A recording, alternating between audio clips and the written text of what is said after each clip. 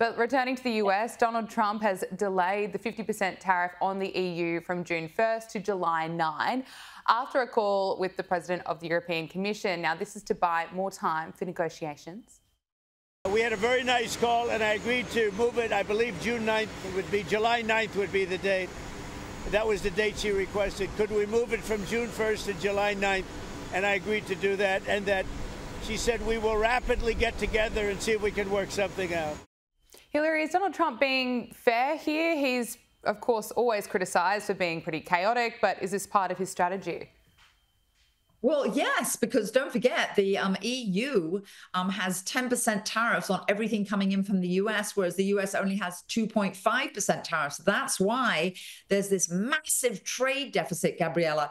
The US imports 43.1 billion in products from the EU, and the EU only imports and returns 6 billion. So massive trade deficit. It's never been fair.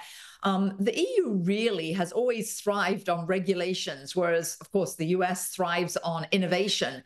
And while the EU is always griping that they don't have the Google, so they don't have all the high tech, they don't have all the entrepreneurs, well, it's because of all the regulations, Gabriella. They don't have that kind of innovation over there. So they don't have the same, there's no way they're going to be able to have all those products over there. What this comes down to is that the EU is really having sort of a collective action issue, a problem, because you've got the German car manufacturers and the French produce, such as French wine. They're pressuring von der Leyen. There is no such thing as one united EU. It is 27 different countries with different agendas.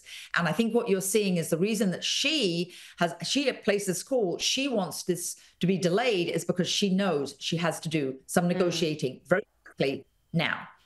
OK, let's look at the situation in the Middle East. And Trump's special envoy, Steve Witkoff, claims that terror group Hamas tried to pull a bait and switch on the latest ceasefire deal by altering the terms of the proposal. It's reported that Hamas claimed it had been presented with a new US proposal that would see a 70-day ceasefire and the release of 5 living hostages on the first and final days of the truce. But a disappointed Steve Witkoff has blasted Hamas, claiming that the terms of the deal he had actually sent to them were very different, and that included the release of 10 living hostages and 19 hostages that are now dead in return for 45 to 60 days of a ceasefire and the release of Palestinian prisoners. Now, just reading this, it's heartbreaking. It shows how difficult the situation is that, the United States is trying to deal and negotiate with a terror group. And of course, Israel is constantly being criticised for its strikes against Gaza. But the reality is that Hamas refuses to release the hostages. That option is available to them.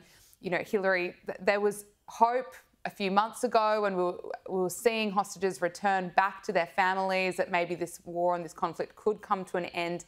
It's still ongoing. It's still awful to see that we are still in this situation. Where is this heading?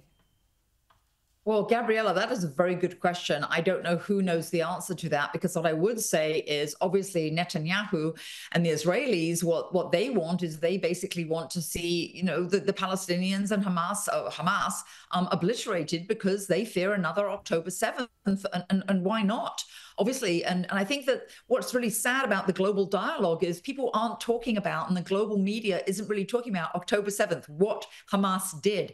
What I have heard and read is that the Palestinian people are very sick and tired of Hamas, because Hamas is taking any relief, any aid that comes in, they're just taking it for themselves. Now back to the agreement.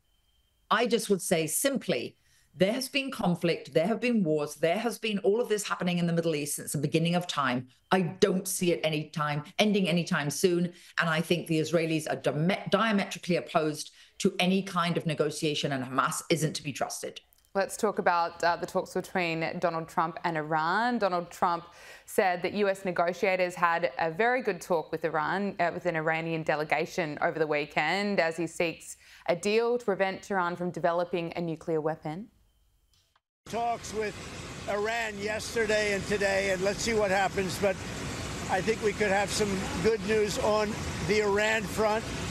Likewise with Hamas on Gaza. We want to see if we can stop that. And Israel, we've been talking to them, and we want to see if we can stop that. Now, since returning to office, Donald Trump has revived his maximum pressure campaign on Iran, backing talks but warning of military action if diplomacy fails. But now, after multiple rounds of nuclear talks, is an agreement actually close?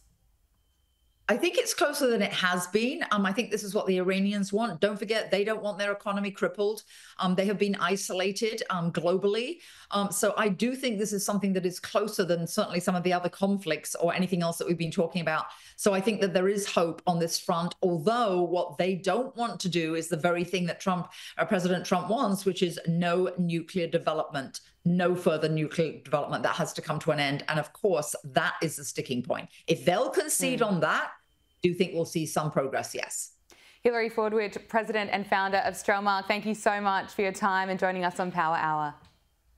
Pleasure, Gabriella.